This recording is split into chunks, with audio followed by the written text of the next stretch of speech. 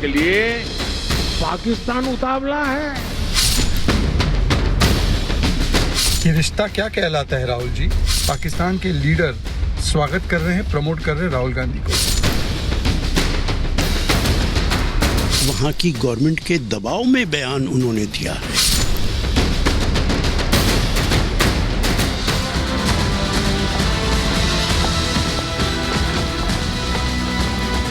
नमस्कार, मैं हूं आपके साथ हिमानी नैथानी। शाम के 5 बजने को हैं और हम लेकर हाजिर हैं अपनी खास पेशकश प्रहार, जिसमें आज मैं बात कर रही हूं पाकिस्तान के कांग्रेस प्रेम की।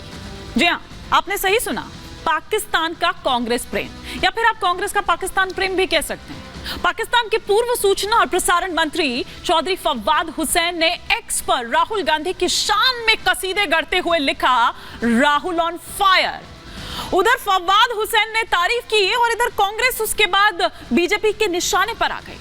अब भाजपा ये पूछ रही है कि क्या कांग्रेस पाकिस्तान में चुनाव लड़ने की योजना बना रही है? मुस्लिम लीग की छाप वाले घोषणा पत्र से लेकर सीमा पार से जोरदार समर्थन तक पाकिस्तान के साथ कांग्रेस का गठबंधन इससे अधिक स्पष्ट नहीं हो सकता है, ये बीजेपी कह रही है।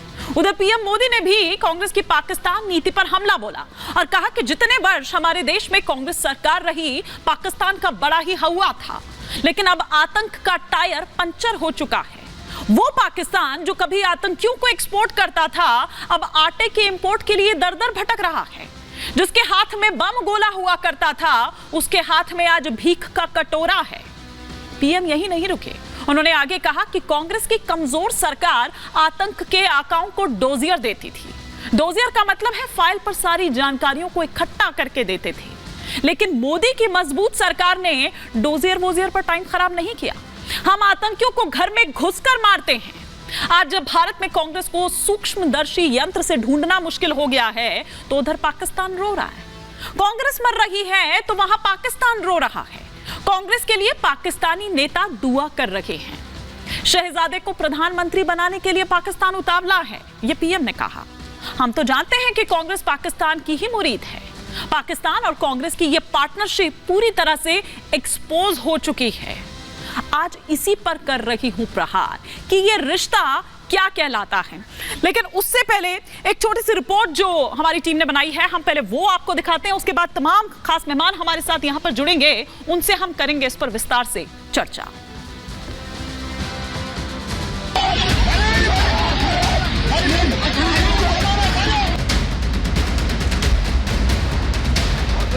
तस्वीरें लगभग साल भर पुरानी हैं, जब पाकिस्तान सरकार के पूर्व मंत्री और भारत पर कमेंट कर अक्सर बेइज्जत होने वाले इमरान के साथी फवाद चौधरी अचानक गाड़ी से निकलकर ऐसे भागे जैसे यूसैन बोल्ट की आत्मा फवाद चौधरी के भीतर घुस गई। फवाद चौधरी तब पुलिस की गिरफ्त से बचने के लिए भागे थे। फवाद ने तब से भागना शुरू किया तो पहले इमरान खान का साथ छोड़कर भागे, फिर पाकिस्तान के चुनाव से भी भाग गए।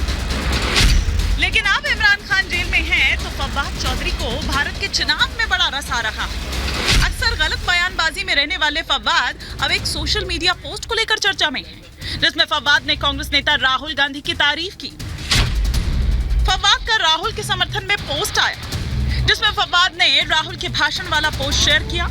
एक्स पर किए गए पोस्ट में फवाद ने राहुल ऑन फायर लिखा। पोस्ट में राहुल गांधी के भाषण का एक हिस्सा है, जिसमें वो प्रधानमंत्री मोदी की आलोचना कर रहे हैं। फिलहाल फवाद चौधरी ने तो प्रधानमंत्री की आलोचना वाले इस पोस्ट को सोशल मीडिया पर जारी कर अपनी भावनाएं व्यक्त तो कर दी, लेकिन इस पोस्ट के बाद भारत में बीजेपी कांग्रेस पर जबरदस्त तरीके से हमलावर हो गई। यहाँ कांग्रेस मर रही है और वहां पाकिस्तान रो रहा है। कांग्रेस के लिए अब पाकिस्तानी नेता दुआ कर रहे हैं। शहजादे को प्रधानमंत्री बनाने के लिए पाकिस्तान उतावला है। पाकिस्तान और कांग्रेस की ये पार्टनरशिप अब पूरी तरह एक्सपोज हो गई है। हालांकि पाकिस्तान का कांग्रेस प्रेम, या यूं कहें कि कांग्रेस का पाकिस्तान प्रेम, कोई पहली बार सामने नहीं आया है। कई मामलों में पूरे देश ने इस बात को देखा है, चाहे बात सर्जिकल स्ट्राइक की हो, राफेल की हो, कांग्रेस ने हर मोर्चे पर विरोध ही किया। लेकिन 2024 के चुनावी समर में पाकिस्तान का कांग्रेस के लिए उमड़ता प्यार देख हर कोई फिर से हैरान है। फवाद चौधरी की पोस्ट ने देश की सियासत में आग में घी डालने का काम किया है। लेकिन बड़ा सवाल तो यह है कि आखिर फवाद चौधरी ने राहुल के लिए पोस्ट क्यों किया? भारत में चुनाव है तो पाकिस्तानी नेता राहुल के दीवाने क्यों हो रहे हैं? आज इसी पर कर रही हूं प्रहार।